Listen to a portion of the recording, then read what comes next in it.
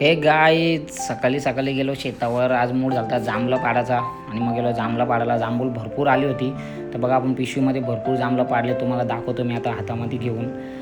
आणि हातामध्ये घेतले आणि जांभळं खूप गोड आहेत. त्यानंतर आपला मूड झाला सगुणा बागेत जाण्याचा, कारण की सगुणा बागेत नवीन नवीन साप आलं होतं.